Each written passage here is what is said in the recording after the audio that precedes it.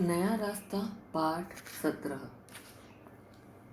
इतने में नीलिमा के पति सुरेंद्र जी ने कमरे में प्रवेश किया। उन्हें देखकर मीनू आश्चर्यचकित रह गई। सुरेंद्र जी आज उसके पास कैसे आ गए और वह भी अकेले? प्रश्न पहला, मीनू इस समय कहाँ पर है? नीलिमा कौन है? नीलिमा के पति को देखकर वह आश्चर्यचकित क्यों हो गई? मीनू इस समय मेरठ के हॉस्टल में है। नीलिमा मीनू की घनिष्ठ सहेली है। मेरठ में ही उसकी ससुराल है। मीनू ने कभी सोचा भी नहीं था कि नीलिमा के पति सुरेंद्र उससे हॉस्टल के कमरे में मिलने आएंगे और वह भी अकेले। इसी कारण मीनू आश्चर्यचकित रह गई थी। प्रश्न 2, मीनू के प्रश्न का सुरेंद्र ने क्या उत्तर दिया? वह यहाँ पर क्यों आए हैं? मीनू का प्रश्न सुनकर सुरेंद्र ने कहा कि नीलिमा ने पुत्र को जन्म दिया है। अगले से अगले दिन उनके बेटे का नामकरण संस्कार है। वे मीनू को निमंत्रण पत्र देने आए हैं तथा यह संदेश दिया कि नीलिमा ने उसे विशेष रूप से आने को कहा है। प्रश्न 3, मीनू ने नीलिमा के घर जाने से पहले क्या तैयारी की? वह नीलिमा के घर किसे देखकर आश्चर्यचकित रह गई? मीनू ने नीलिमा के घर जाने से पहले कॉलेज से छुट्टी ली, बाजार से उसे नन्हे बालक को देने के लिए उपहार खरीदे और नीलिमा के घर चली गई। मीनू नीलिमा के कमरे में बैठी उससे बातें कर रही थी कि उसी बीच सुरेंद्र जी के कुछ मित्रों ने कमरे में प्रवेश किया। उनमें एक अमित भी था। अमित ने नीलिमा से उसके पति के बारे में पूछा कि वे कहाँ हैं। नीलिमा ने कहा, अमित भैया वे बाहरी काम में व्यस्त हैं। अमित का नाम सुनते ही मीनू ने मुड़कर देखा तो वह आश्चर्यचकित रह गई। अरे, यह तो वही अमित है। प्रश्न 4, अमित को देखते ही मीनू क्या सोचने लगी? उसके मन में अमित के प्रति कैसे भाव थे, लेकिन आज क्या परिवर्तन दिखाई दिया? अमित को देखते ही मीनू सोचने लगी कि जब अमित चप्पलों की दुकान पर मिला था तो वह झटपट दुकान से भाग गई थी, परंतु अब नीलिमा के घर से कहाँ जाएगी? मीनू के मन में अमित के प्रति घृणा के भाव थे, लेकिन आज नीलिमा से अमित के बारे में विस्तार से जानकारी मिलने के बाद उसके मन का मैल धुल गया था। उसकी घृणा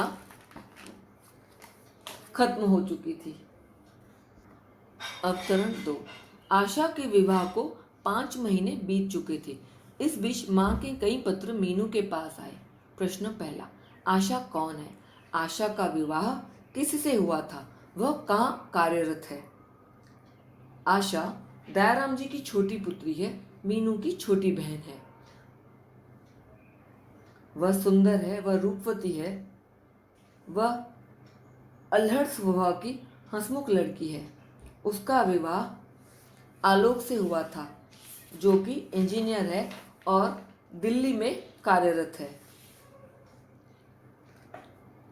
प्रश्न 2, इस अवधि में माँ के मीनू के पास आने वाले पत्रों से उसे क्या आभास होता था और क्यों?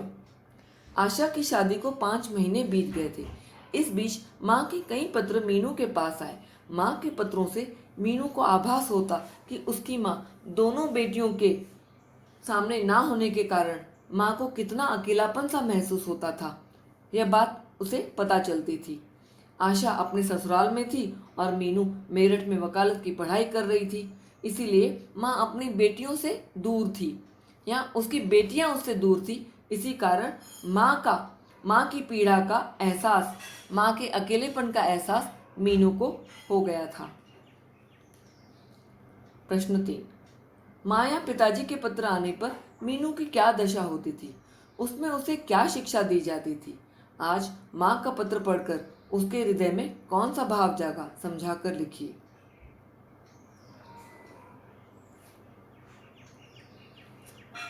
जिस समय भी माँ या पिताजी का पत्र आता तो मीनू का हृदय व्याकुल हो उठता। उसे घर जाने की बेचैनी होने लगती, परंतु माँ सदैव उसे यह शिक्षा देती कि मीनू को लगन से पढ़कर अपने पांव पर खड़ा होना है, स्वावलंबी बनना है, अपने निर्धारित किए हुए लक्ष्य को हासिल करना है। माँ के पत्र पढ़कर माँ के प्रति उसके मन में श्रद्धा उमड़ पड़ी कितना प्यार झलक रहा था माँ के एक एक लिखे शब्द में। इस तरह से पत्र पढ़कर मीनू बहुत ज़्यादा खुश होती। प्रश्न चौथा, पत्रों का महत्व बताते हुए लगभग 60 शब्दों में अपने विचार व्यक्त कीजिए। पत्रों का हमारे जीवन में खास महत्व है। पत्रों के जरिए हम अपनी भावनाओं को व्यक्त करते हैं। जब हम अपनों से दूर रहते हैं तब ये पत्र ही हमारा मनोबल, हमारा सहारा बन जाते हैं। एक दूसरे की कुशल क्षेम के बारे में पता चलता है, जिससे हमारा मन संतुष्ट रहता है। कोई शंका या चिंता हमारे मन में नहीं सताती। पत्रों का हमारे जीवन में इस प्रकार खास महत्व है। अवतरण 3। सुरेंद्र जी के जाने के बाद मीनू उस कार्ड को उठाकर देखने लगी। उसे नीलिमा कितनी भाग्यशाली क्यों लगी? प्रश्न पहला, सुरेंद्र जी कौन है? वे कहाँ और क्यों आए हैं? सुरेंद्र जी नीलिमा का पति है। वह मेरठ का रहवासी है। उनकी अपनी फैक्ट्री है। काफ़ी पैसे वाले हैं। देखने में भी आकर्षक है। रंग भी साफ है। नाक नक्श भी अच्छे हैं। वे अमित के घनिष्ठ मित्र हैं। वे मीनू की हॉस्टल में अपने बेटे के नामकरण संस्कार का निमंत्रण पत्र देने आए थे और यह भी उन्होंने कहा कि नीलिमा ने मीनू को विशेष रूप से आने के लिए कहा है। प्रश्न 2, कार्ड देखने पर मीनू ने क्या अनुभव किया? नीलिमा और मीनू का आपस में क्या संबंध है? कार्ड देखने पर वह सोचने लगी कि नीलिमा कितनी भाग्यशाली है। सुंदर व चाहने वाला पति मिला है उसे। साथ ही उसे एक पुत्र की मां बनने का भी सौभाग्य प्राप्त हुआ है।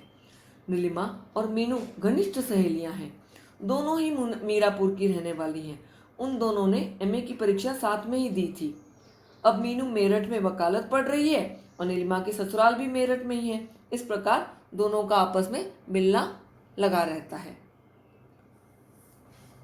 प्रश्न 3, नामकरण संस्कार में जाने के लिए मीनू को क्या तैयारियां करनी पड़ी? समझा कर लिखिए। नामकरण संस्कार में जाने के लिए मीनू को कॉलेज से छुट्टी लेनी पड़ी क्योंकि उसे बाजार से नन्हे बालक के लिए कुछ उपहार खरीदने थे। प्रश्न चौथा, सच्ची मित्रता एक अनमोल धन है। अपने विचार व्यक्त कीजिए। सच में सच्ची मित्रता एक अनमोल धन है। मित्र वो होते हैं जिनसे हम अपनी दिल की हर बात बिना झिझक, बिना हिचकिचाहट कह सकते हैं। उनसे हमें सहारा मिलता है और मित्र ही हमारी भावनाओं को समझ सकते हैं। हम खुली किताब की तरह अपने सारे विचार उनके सामने रख सकते हैं। वे हमारे सुख दुख के साथी होते हैं। सच्चे मित्र हमेशा से ही हमारे नाजुक समय में, हमारी मुसीबतों में हमारा आत्मविश्वास बनाए रखते हैं, हमारा सहारा बनते हैं। इसीलिए सच्चे मित्र जीवन में होना अत्यंत आवश्यक है। अवतरण 4, अमित व उसके साथी मित्र वहां से जा चुके थे, परंतु मीनू अभी भी सोच में डूबी हुई थी। प्रश्न पहला, अमित के रिश्ते के टूटने की बात सुनकर जब मीनू ने पूछा क्यों, क्या हो गया, तो नीलिमा ने क्या उत्तर दिया? अमित के रिश्ते के टूटने की बात सुनकर मीनू ने पूछा कि भाई क्या हो गया। तब नीलिमा ने बताया कि मेरठ में किसी बहुत बड़े घर में उसका रिश्ता हुआ था। शादी के 1 महीने पहले ही लड़की वालों ने कुछ ऐसी बातें कही कि उन्हें रिश्ता तोड़ना पड़ा। लड़की वाले चाहते थे कि वे अपनी बेटी को एक फ्लैट दें और वह उसी में अपने सास ससुर से अलग रहे। अमित अपने माता पिता का इकलौता पुत्र था, इसलिए यह करना संभव न था। इसी कारण उसका रिश्ता वहां पर न हो सका।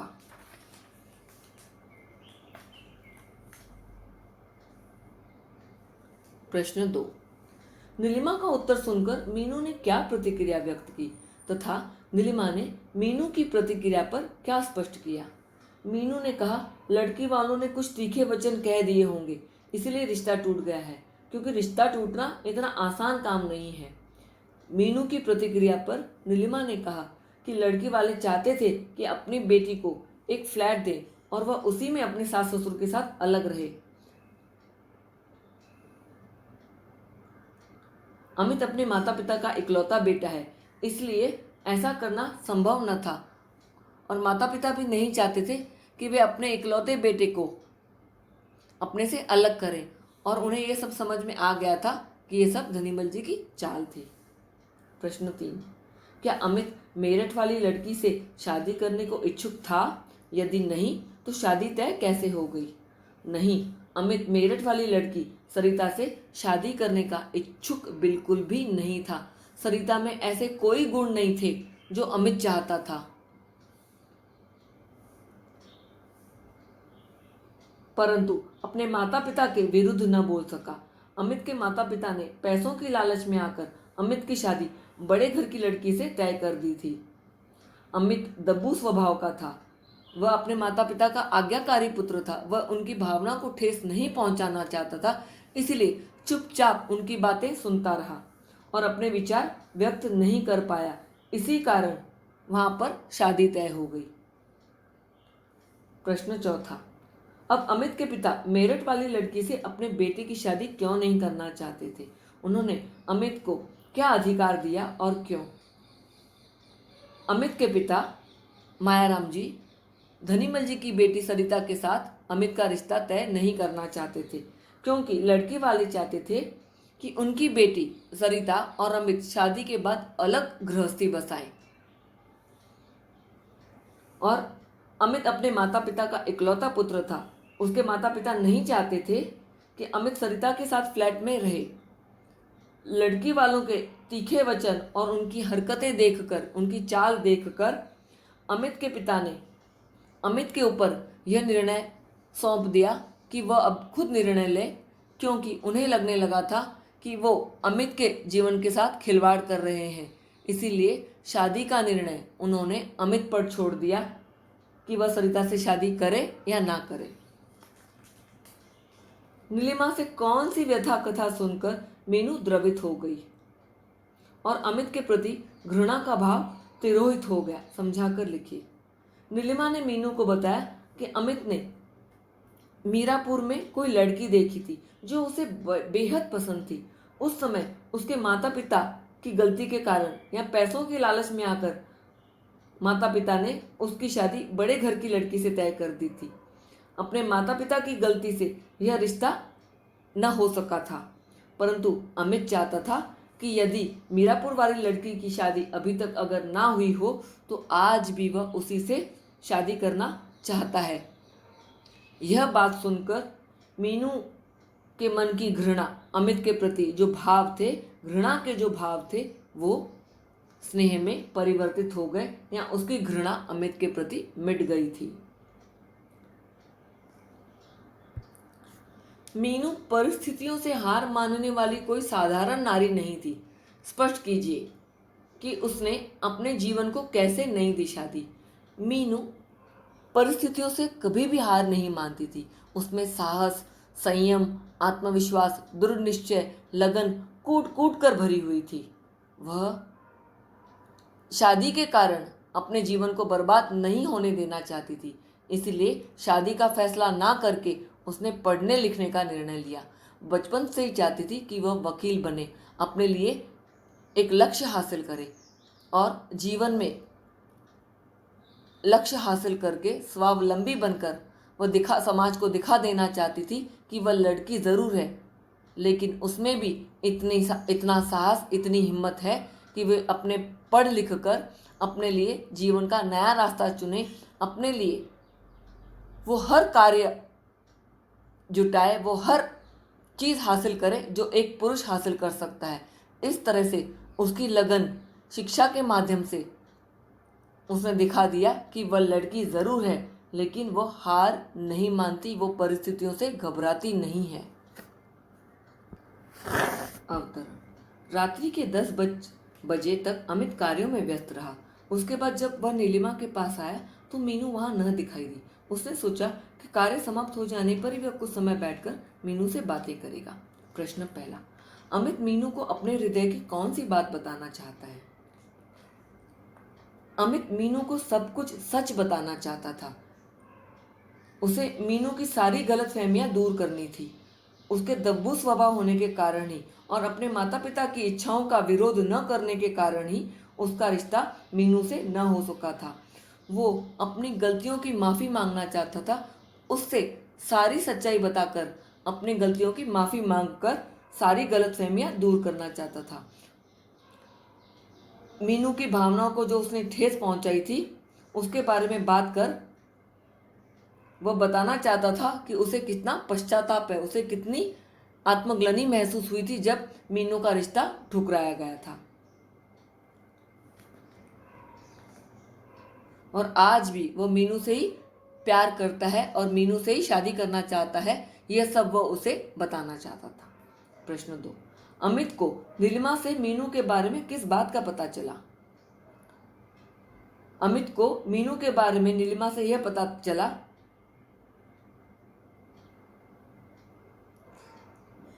कि उसकी सहेली मीनू शादी को लेकर कुछ निराश सी हो चुकी है।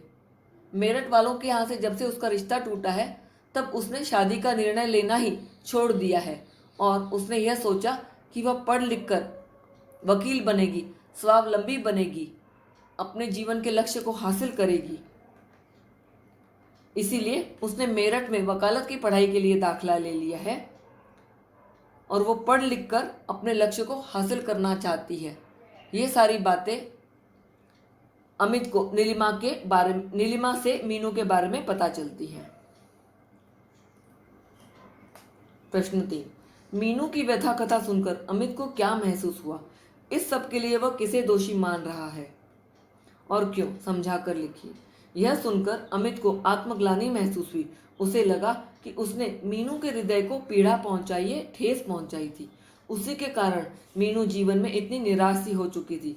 इस सब के लिए अमित अपने आप को और अपने माता पिता को दोषी मान रहा था, क्योंकि उसके माता पिता ने पैसों की लालच में आकर अमित की शादी बड़े घर की लड़की से तय कर दी थी और मीनू की भावनाओं को ठेस पहुंचाई थी और उसे बिना किसी दोष के उसका रिश्ता ठुकरा दिया गया था। अमित भी अपनी माता पिता की इच्छाओं के विरुद्ध कुछ न बोल सका और उन्हें सरिता से उसका रिश्ता तय करने के लिए न रोक सका। इसी कारण उसे पछतावा हो रहा था, वह अपने आप को दोषी मान रहा था। प्रश्न 4, अमित ने नीलिमा को यह क्यों नहीं बताया कि वह स्वयं ही लड़का है जिसने मीनू के दिल को ठेस पहुंचाई है? अमित ने नीलिमा को यह नहीं बताया क्योंकि वह नहीं चाहता था कि और गलतफहमियां पैदा हो, क्योंकि नीलिमा को अमित और मीनू के बारे में कुछ भी पता नहीं था। नीलिमा को यह भी पता नहीं था कि अमित वही लड़का है जिसने मीनू का रिश्ता ठुकराया है। अमित नहीं चाहता था कि गलतफहमियां और बढ़े और नीलिमा अमित से घृणा करे। और आज नीलिमा के बेटे का नामकरण संस्कार था, घर में खुशी का माहौल था। वह नहीं चाहता था कि ऐसे खुशी के माहौल में नीलिमा से ये सब बातें करके गलतफहमियां पैदा हो और दुख का माहौल बने और उसके प्रति घृणा बढ़ जाए। इसी कारण उसने नीलिमा को यह नहीं बताया कि अमित वो स्वयं ही लड़का था जिसने मीनू के दिल को ठेस पहुंचाई थी। प्रश्न 5, आपस में बातचीत से बहुत सारी समस्याओं का हल निकल आता है तथा बहुत सी गलतफहमियां दूर हो जाती। इससे आप कहाँ तक सहमत हैं? यह बात बिल्कुल सच है कि जब कोई समस्या उत्पन्न होती है, जब कोई मनमुटाव होता है, तब हमें आपस में बातचीत करके उन गलतफहमियों को दूर कर देना चाहिए। अगर हम वार्तालाप बंद कर देते हैं तो समस्याएं, गलतफहमियां और भी बढ़ जाती हैं, और भी परेशानियों का सामना करना पड़ता है, और भी उलझनें बढ़ती हैं। मन में एक दूसरे के प्रति घृणा की भावना और भी पैदा होती है। ईर्ष्या की भावना हमेशा ही मन को सताती है। इसीलिए अगर हमें किसी की प्रति कोई गलतफहमी पैदा हो गई हो, अगर सामने वाला या हम उन बातों का बैठकर खुलासा करें, एक दूसरे से खुलकर बातें करें, तो बातें सुलझ सकती हैं, गलतफहमियां दूर हो सकती हैं। इसीलिए वार्तालाप बंद करके गलतफहमियां बढ़ानी नहीं चाहिए। खुलकर बातें करने से, एक दूसरे के प्रति जो भी मनमुटाव है वो सामने सामने बात करने से ठीक हो सकता है, तो उसे उनका स्पष्टीकरण देकर बातों का खुलासा कर देना चाहिए। इससे समस्याएं आराम से सुलझ सकती हैं।